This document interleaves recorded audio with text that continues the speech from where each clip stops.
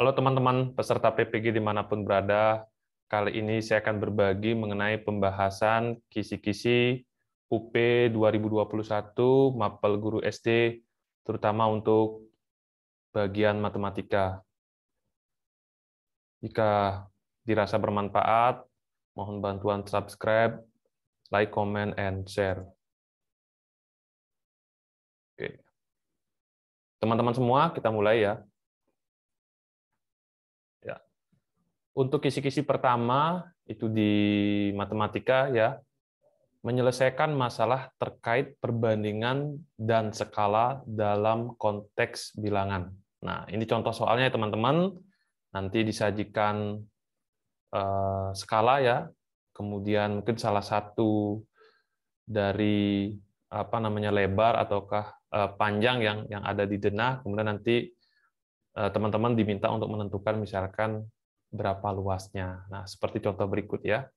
Nah, kalau yang seperti ini teman-teman ingat bahwa yang namanya skala itu adalah perbandingan ukuran yang ada pada denah dengan ukuran yang sebenarnya. Nah, dalam konteks soal ini maka skalanya 1/200, di mana ukuran pada denah itu 20 cm, maka kita cari ukuran sebenarnya.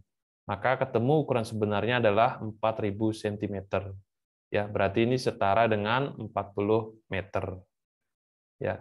Nah, karena di soal diketahui ya selisih panjang dan lebarnya yang sebenarnya itu adalah 4 meter, maka panjangnya itu adalah lebar sebenarnya ditambahkan dengan selisih, yaitu sehingga menjadi 44 meter. Nah, karena sudah diketahui ya panjangnya 44 meter dan lebarnya itu adalah 40 meter, maka luasnya adalah perkalian antara panjang dikalikan dengan lebar. Ketemulah angka 1760 meter persegi. Nah, ya, sekali lagi teman-teman, untuk di indikator yang pertama teman-teman harus yakin ya dan paham bahwa yang namanya skala itu adalah perbandingan antara ukuran yang ada pada denah dengan ukuran sebenarnya.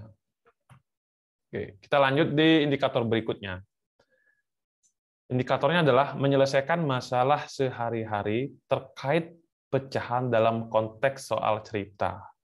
Nah, ya, kalau yang ada di soal ini adalah jadi teman-teman diminta untuk membandingkan ya antara ketiga pecahan ya, terutama di sini adalah pecahan ya antara setengah berbanding 2/8 dan berbanding 3/10 ya. Kira-kira mana yang paling berat seperti itu ya. Nah, ketika ada soal konteks seperti ini, maka teman-teman harus menyamakan penyebutnya ya. Penyebutnya adalah 2, 8, dan 10, maka ketika kita cari KPK-nya ya antara 2, 8, dan 10, maka ketemu di angka 40. Maka kita samakan penyebutnya menjadi 40 ya, di mana setengah itu berarti dikalikan 20 ya, itu sama dengan 20/40, kemudian 2/8 itu sama dengan dikalikan 5 ya, maka menjadi 10/40, berikutnya yang seruni ya, 3/10 dikalikan 4 ya, sama-sama dikalikan 4 ketemu di angka 12/40. Maka kita tahu ya bahwa yang paling berat ya, maka dimulai dari Budi ya 20/40, kemudian seruni ya 12/40, baru Dino 10/40 ya. Sekali lagi teman-teman, kalau ada konteks pecahan seperti ini, maka teman-teman harus menyamakan penyebutnya. Kemudian di 53 ya, disajikan narasi pembelajaran tentang bilangan, peserta dapat memperbaiki tahap pembelajaran tentang pemecahan masalah bilangan. Nah, silakan ya teman-teman, konteksnya ada bisa jadi nanti teman-teman diminta seperti ini ya, ada konteks soal, maka teman-teman diminta memecahkannya ya. Ya, tinggal silakan teman-teman lihat soal berikut ini. Kemudian di 54, teman-teman akan disajikan masalah kehidupan sehari-hari tentang kesebangunan pada segitiga atau segi empat. Peserta dapat menerapkan kesebangunan yang ada pada segitiga atau segi empat yang diberikan. Nah, kalau di konteks kisi-kisi ini atau di indikator ini, maka contoh soalnya adalah pada sebuah pameran lukisan terdapat lukisan berbentuk persegi panjang dengan lebar 40 dan panjangnya 60. Nah, bingkai ini memiliki pinggiran 5 cm. Kemudian teman-teman diminta menentukan luas bagian dalam bingkai. Nah, berarti kan harus dikurangi ya. Jadi jangan teman-teman 40 dikurangi 5, panjangnya juga 60 dikurangi 5. Bukan ya. Karena sisi kiri dan sisi kanannya itu sama-sama 5, maka pengurangan lebarnya itu adalah 10. Sama juga ya, untuk di atas pinggirnya 5, kemudian di bawah pinggirnya 5, berarti pengurangannya adalah 10. Ya, maka di sini 60 dikurangi 10 dikalikan 40 dikurang 10 ya, berarti ini sama dengan perkalian antara 50 kali 30 yaitu 1.500 cm persegi. Ya, sekali lagi ini agak menjebak kadang-kadang ya. Jangan langsung dikurangi 5 langsung dikalikan. Karena konteksnya sederhana, tetapi kalau teman-teman miss bisa menjadi salah. Di 55 ya, disajikan masalah kehidupan sehari-hari terkait bangun datar dan bangun ruang. Peserta dapat membandingkan unsur-unsur matematis tentang segitiga, segi empat, prisma, dan limas.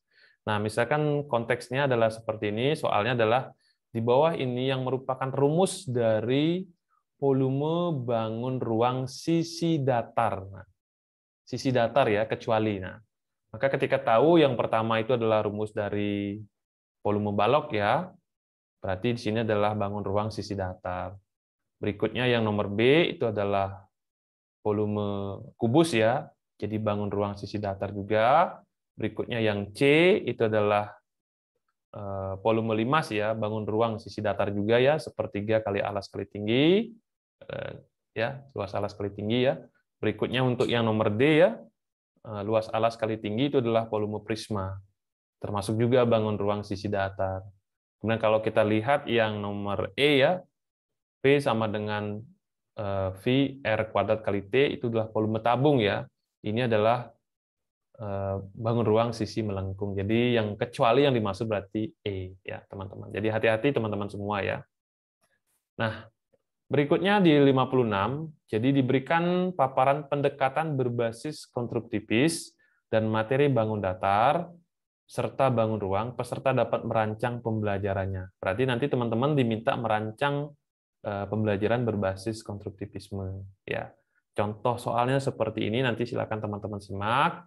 Kalau melihat dari konteks soal ini, maka jawabannya adalah sesuai dengan filsafat konstruktivisme, maka jawabannya adalah yang E. Jadi perhatikan lingkungan di sekitarmu.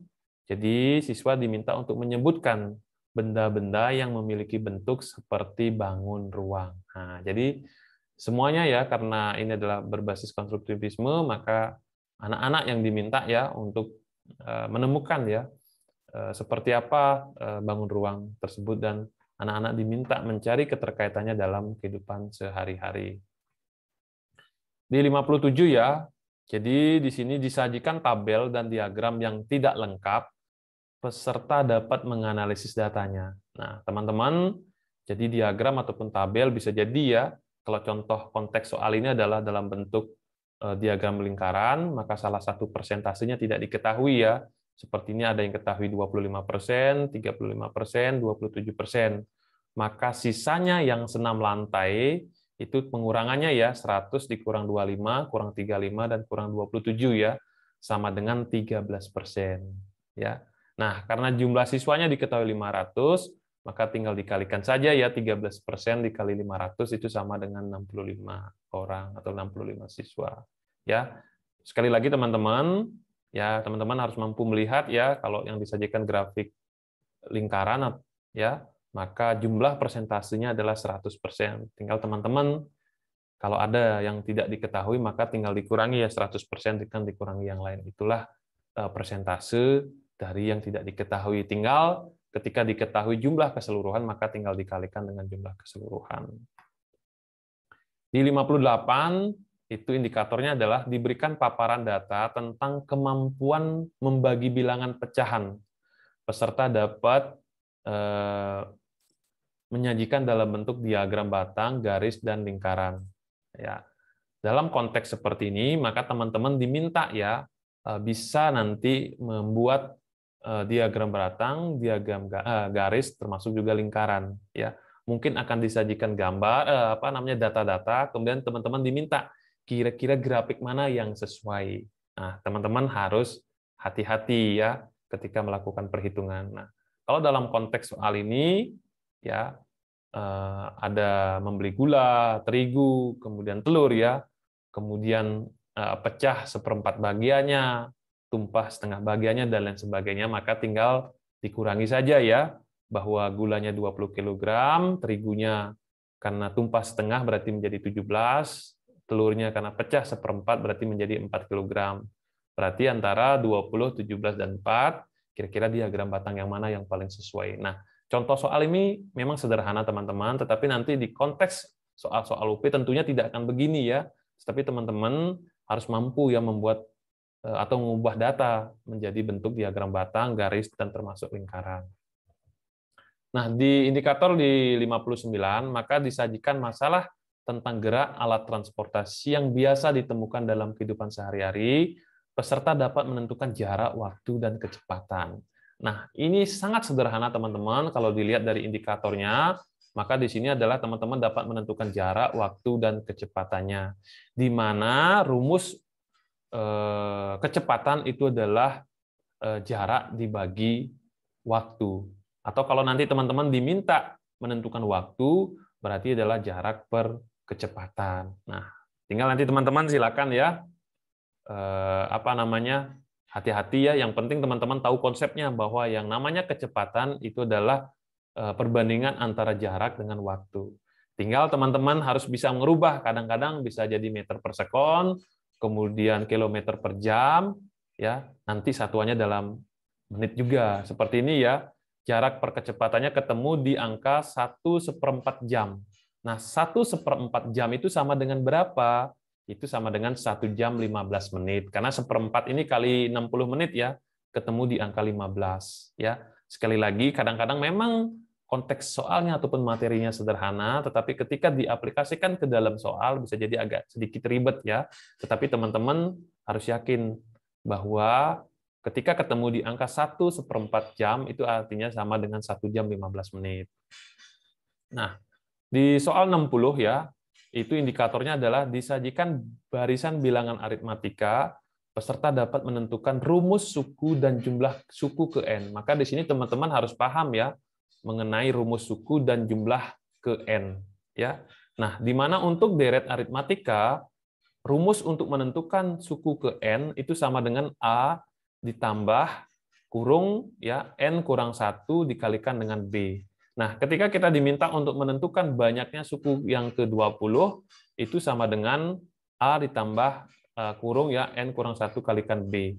Maka di sini adalah 12 ditambah 19, itu dikalikan dengan B-nya 2, maka di sini 12 ditambah 38, yaitu menjadi 50. Maka banyaknya kayu pada baris ke-20 itu sama dengan 50 kayu. Nah, sekali lagi teman-teman harus bisa menentukan ya rumus suku dan jumlah suku ke N dari bilangan aritmatika. Berarti teman-teman di sini harus mampu ya untuk atau mengingat ya bilangan aritmatika seperti apa rumusnya. Ya. Ya. Nah, kira-kira itu ya teman-teman semua yang bisa saya sampaikan kepada teman-teman, terutama untuk di kisi-kisi matematikanya. Jadi menurut saya kisi-kisinya sangat sederhana, tetapi teman-teman nanti ketika diaplikasikan dalam bentuk soal bisa jadi akan teman-teman sedikit sulit sedikit begitu. Tetapi yakinlah teman-teman ketika teman-teman sudah mengetahui materinya, maka teman-teman tinggal membaca soalnya dengan lebih teliti, hati-hati ya, jangan sampai salah konsepsi, misalkan ada diketahui ataukah apa ya, jadi jangan sampai teman-teman mengartikan daripada soal yang ada ya. Kira-kira itu teman-teman yang bisa saya sampaikan, mudah-mudahan ini bermanfaat bagi teman-teman semua, dan jangan lupa ya bantu subscribe, like, komen, dan share kepada teman-teman semua. Terima kasih ya. Semoga teman-teman lulus UP 2021 ini.